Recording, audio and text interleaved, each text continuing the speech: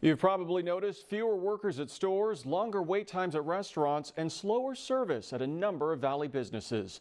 The ongoing labor shortage is having a big impact on our lives and the way work is being done. Tonight, I'm going in depth with a look at all the help wanted.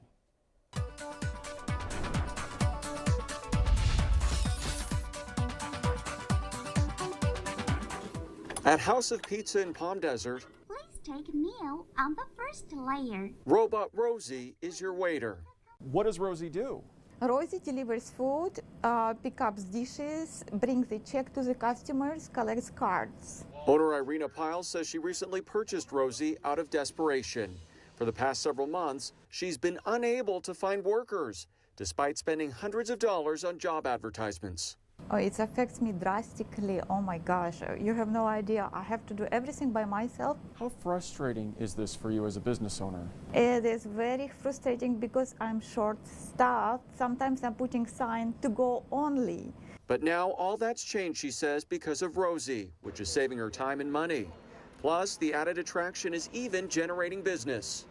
Rosie gets more tips than a waiter.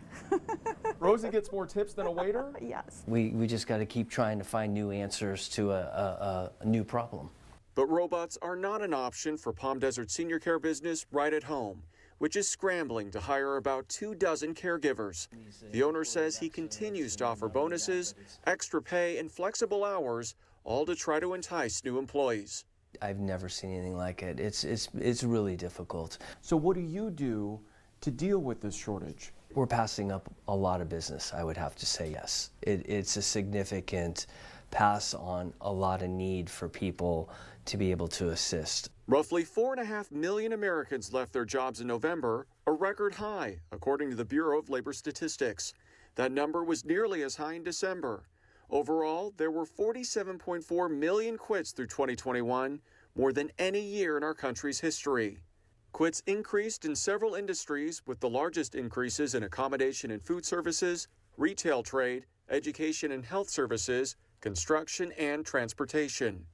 Where are the workers? Workers are quitting jobs as they find better paying jobs, and they're moving on to potentially better salaries, better benefits, things like that. USC finance and economics professor Dr. Emily Nix says it's important to keep in mind that while the quit rate across all industries is high, hiring is even higher.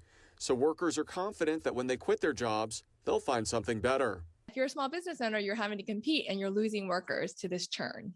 A lot of people are calling this the Great Resignation. I would actually give it a different name. I would say this is a great reshuffling. Hackers can steal what's on your device to see what you send over Wi-Fi. From the audio booth inside her Rancho Mirage home, Patty Grebo does professional voiceover work. She recently quit her job as a realtor to follow her creative passion. Like many workers, she says the pandemic gave her time to think about what she really wants. Do you think it would have taken you longer to make that decision had it not been for the pandemic? Absolutely.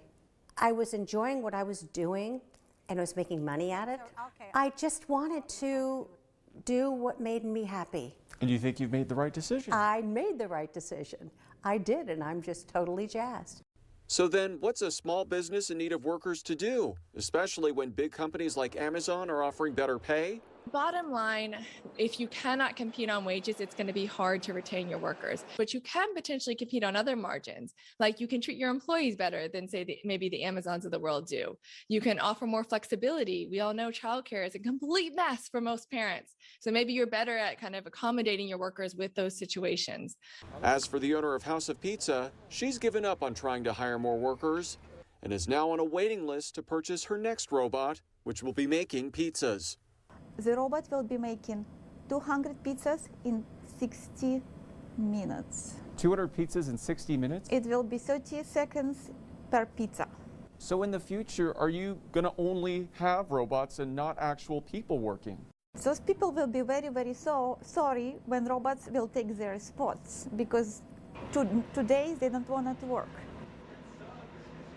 There were nearly 11 million job openings in the U.S. last month, and the nation's unemployment rate is now at 4%, which is almost back to where it was 2 years ago, right before the pandemic. Coming up on CBS Local 2 at 6:30, watch my full in-depth interview with the USC professor about the labor shortage.